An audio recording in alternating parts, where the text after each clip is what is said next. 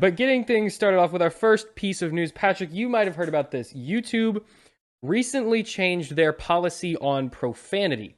So they're cracking down on swearing. Essentially, you can't say any swear words. Used to it was like within the first 30 seconds. Now it's in the first 15 seconds if you swear, pretty much no matter what it is, instant demonetize. And they will be checking the rest of your video, and if you swear a lot in the rest of your video, also demonetized. Used to it was just the first 30 seconds that you actually had to care about. The rest was pretty much fair game. Don't they count like bleeping it as swearing now too, or something like that? Yeah, bleeping counts as swearing, so you can't. Very dumb. You can't bleep either, and they're also cracking down on gore. I feel like this should just be for YouTube Kids stuff and not like everyone else, because I feel like we're all adults and we should be able to watch whatever we want. Well, yeah, man. Is it the whole thing about the not swearing so that it's family friendly, but also aren't you not allowed to monetize family friendly videos now?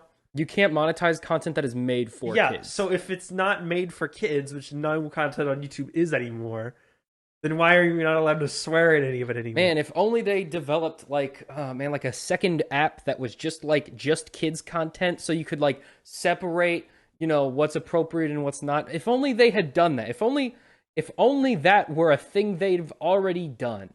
Also, why are you trying to uniformly make everything accessible to children?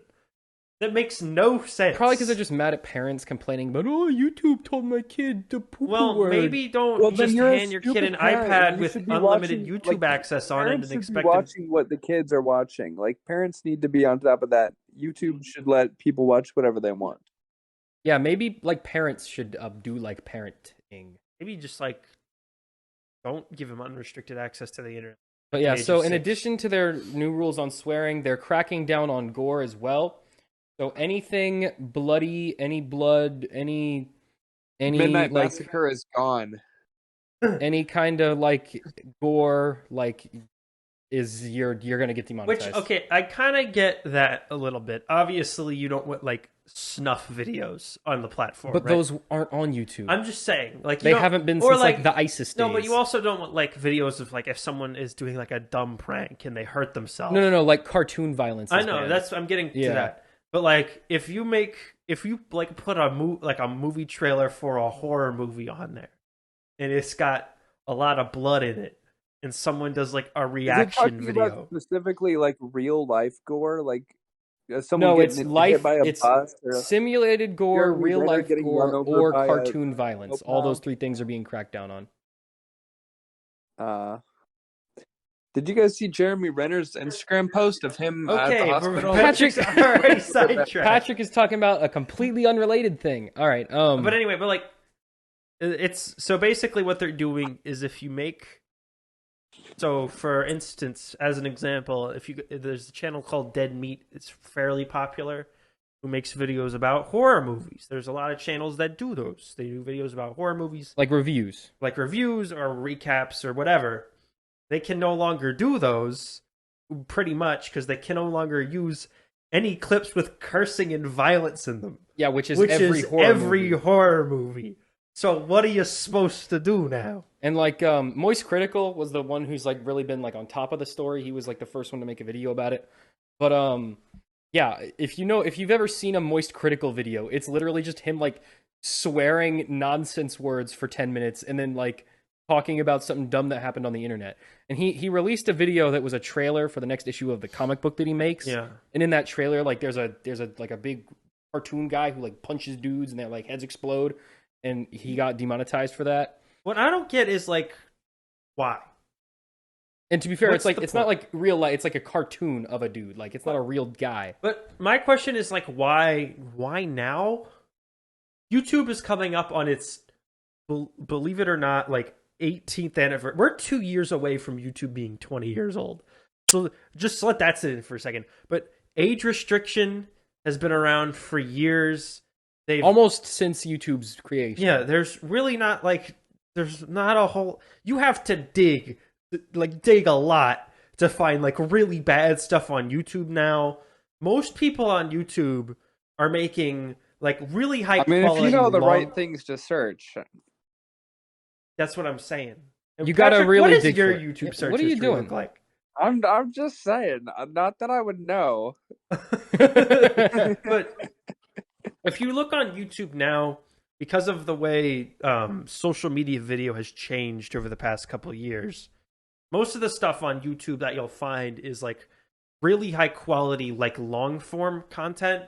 Yeah, like video essays, that kind Video of stuff. essays, like mini documentaries, long form movie reviews. Gaming and tech Gaming reviews. You'll get a lot of that stuff, and most the of that. The average YouTube video is like 15 to 20 minutes. That's what you can expect. Yeah, I mean, and the stuff has gotten. I think it generally has gotten longer over the years.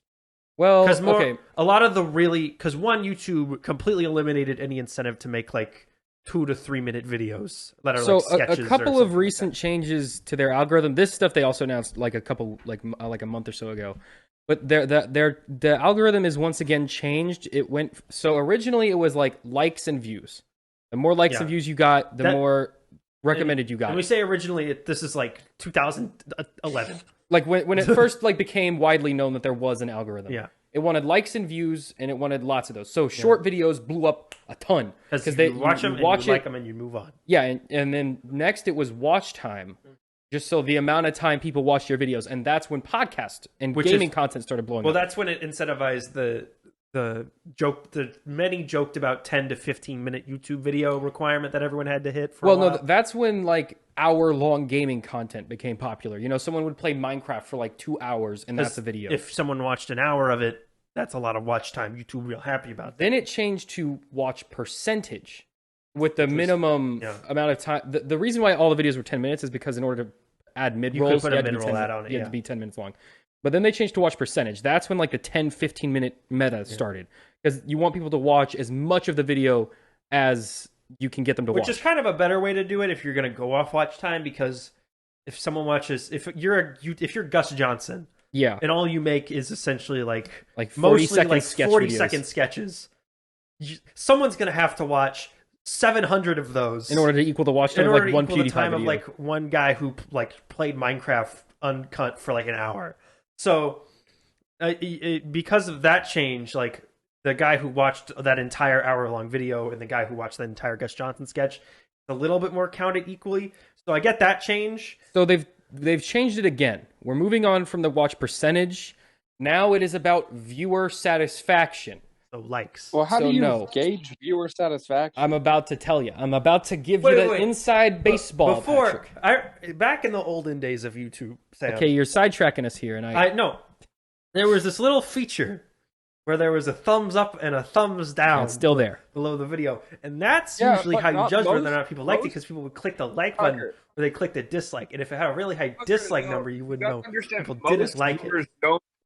Most viewers do not engage with those buttons. Yeah, most viewers don't use those. That's why they don't really factor that into that. But now you can't even see. Remember when they got you can still use it though. Remember when they got rid of the dislike button? What I was saying is that they have recently changed it to viewer satisfaction. So here is the basis, and we don't know very much about this because this just happened. But the basis of what we understand is if you watch a video and then in the recommended page there's another video from that creator, and they click on that.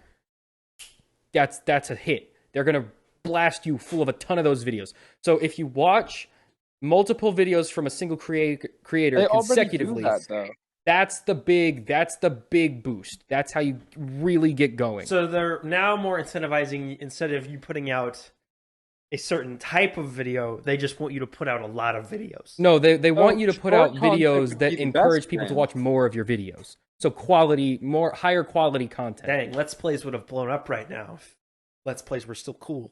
Yeah. Remember Let's Plays? They still kind of exist a little bit. Someone's watching them. PewDiePie makes one every once in a while. Is Stampy Longnose still around? No. That's sad. It's not. May we... He made a lot of money while he was popular. And he lost a lot of money when he wasn't. Poor guy. All right, but yeah, that's the basis of... So YouTube's cracking down on swearing and gore of any kind. So that said, click on the other part. And they've also shifted the algorithm to viewer satisfaction. That's a really weird way to immediately. Which is a weird metric that is very hard to define. You know what this is going to turn into? Is people are going to now make what is like a 30-minute video, but they're just going to split it into like 4 parts. Yeah, we're gonna have Mission Impossible. Where everyone will just Part split 2. all their videos into a million different parts just so people keep clicking on the next one. Yeah. And just so that they can have satisfied viewers. That's a really weird way to judge satisfied Again, viewers. that's just one part of it. There's more to it. That's just the one piece that we kind of know for sure. Why does this keep changing? Because the algorithm is a learning model. Its goal is to keep people on YouTube for as long as possible. Yeah. The YouTube engineers kind of just let it do its own thing, kind of its own animal. So even the people at YouTube at this point, because of how long it's been going, don't fully understand what all the qualitative, metrics are for making a video pop off. My other question is, you know how they're really pushing shorts right now, right? Yeah, they are cranking the. They want everyone to be doing shorts. Shorts is the opposite of incentivizing that. The incentive of shorts is you look at a thing for 30 seconds and then you move on to the next thing, and it's by a completely different person. Yeah, but that's why the shorts algorithm is separate from the regular algorithm. But are they connected? Hang on.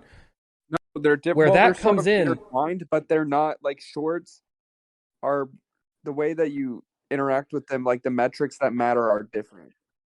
Yeah. So again, if you watch a short and then that short takes you to that channel's page and you watch a video, that's how we know that this is a thing. I'm just looking because of shorts. I'm looking forward to the day when the YouTube algorithm just becomes the TikTok algorithm. Well, it might be made illegal because of a lawsuit, but we can talk about that another time. Hey, you know what? I bet you YouTube and Google would help out big time if that covered. Because they just be like, hey, YouTube Shorts is still around, guys. There's a lot of YouTube news that's happened in the last month. They keep threatening to ban TikTok, and no, that's not what I'm talking about. Let me finish what I'm saying before you talk about what you think I'm saying. I don't know what's going on. Okay, there was a recent lawsuit filed about section, I believe it's 230 or 203. It's always one of the twos. You know the one where it's like they're not a publisher, so they can't. Oh yeah, they can't. The thing YouTube gets censor for stuff every other week. So the lawsuit, this one's a little bit different.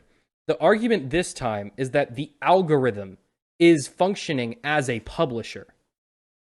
Because and it's so incentivizing different stuff. Because YouTube has an algorithm at all, that puts it in violation of it being a platform.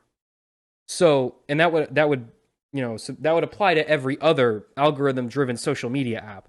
Is that algorithm, which means it's not going to is functioning as a purveyor of content. It's pushing out some and suppressing others.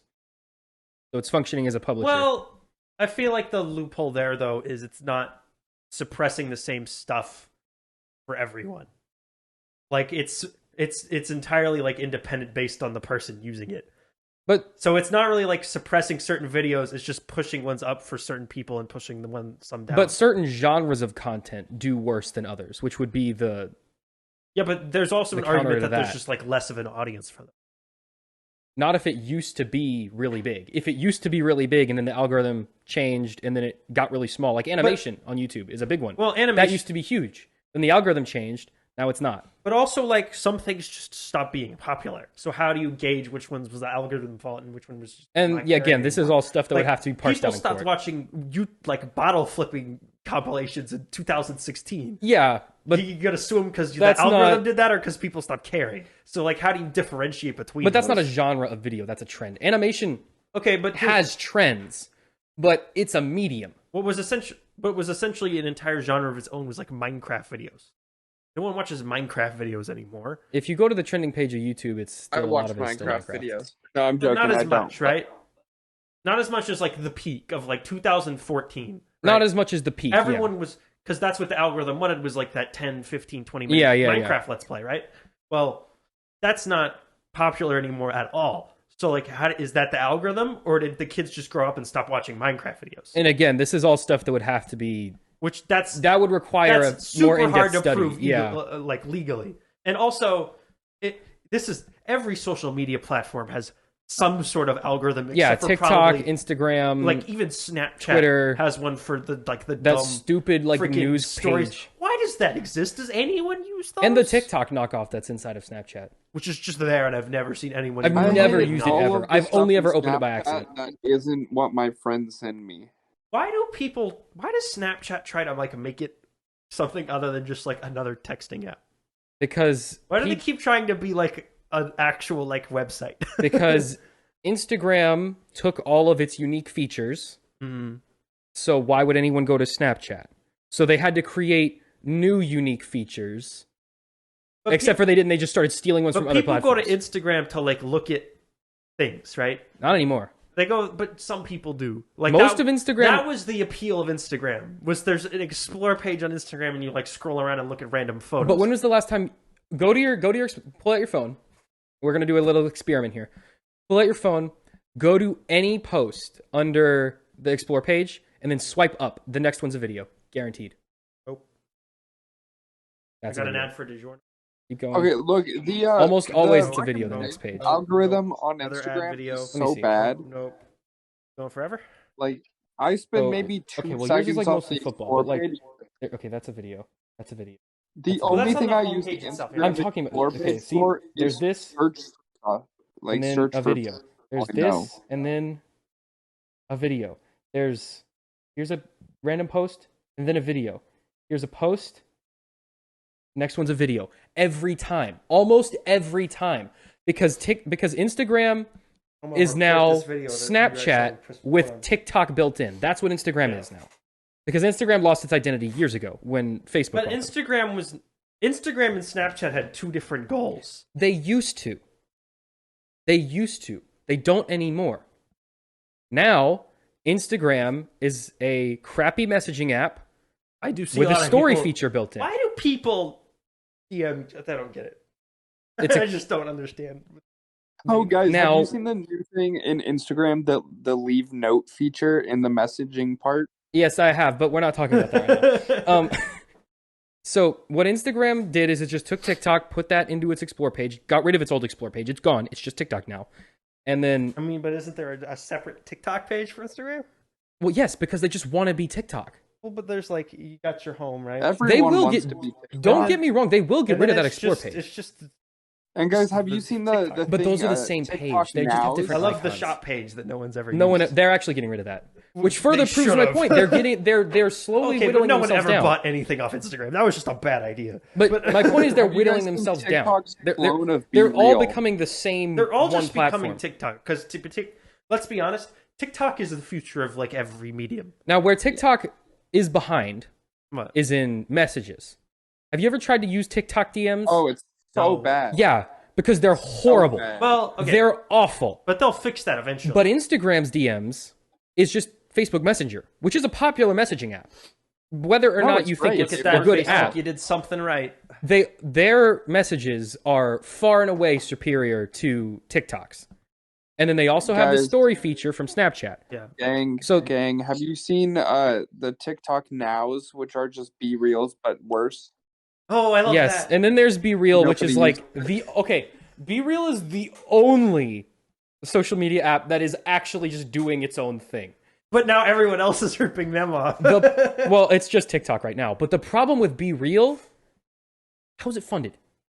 No ads. Foreign caliphate. There's no ads, and it's free. Definitely a foreign caliphate. So it doesn't have. There's no algorithm. well, eventually they'll There's put no way ads for on it to study you because Eventually. there's no content recommendation feed. I So it's don't not. It's think not it is. watching I what you think it do. literally No, is I mean, So they how does it are. make money? See what your friends are doing. But your friends only upload once know a what? day. There's no creators. That's it. You know, on Be Real. Yeah, You know what that's happens, the though? point. That's What? the whole point. here, three ways Be Real can make money. One, you just put ads on stuff. But I'm saying right now there's no ads. But there will eventually. There be probably some will capacity. eventually, but I'm saying as of right now. Yeah. Two, you do the dumb Snapchat thing where there's just random Be Reals of random crap that are just there. There is So that you can litter them with ads so that you can make some money off the weirdos who click on them. there is an explore page on Be Real, but it's not algorithmically Oh, driven. Discovery. It's just random You posts. apply the algorithm to that and it'll fix it. Hang on, just hold up. Third one. Celebrities on Be Real, but have to pay to look at their Be Reals. That could Eh? so OnlyFans. OnlyFans, but presumably less porn. So just non-porn OnlyFans. Do you remember what happened when OnlyFans tried to do non-porn OnlyFans? People stop caring. Everyone left. No No, one but cared. Imagine Well, it's like when was it Reddit or who tried to ban pornography? It was Tumblr, and they recently went back on that. They went back They on it. added that back. after Twitter I started know. After Twitter took over the homegrown... elongated muskrat did whatever he's doing to Twitter, Tumblr was like, "Hey guys, it's back now." But We've got porn again. We brought the boobs back. We're sorry. We love our audience. Imagine, Sam, you can pay $5 a month so that every day, whenever Chris Evans posts a picture of him eating a sandwich on Be Real, see it. What you're describing is the Jeremy Renner app. Yes, but now there's more than just Jeremy Renner on it. So the Jeremy Renner and Friends app. Yes, and that's what they can rebrand as. Yeah, they're not going to do that.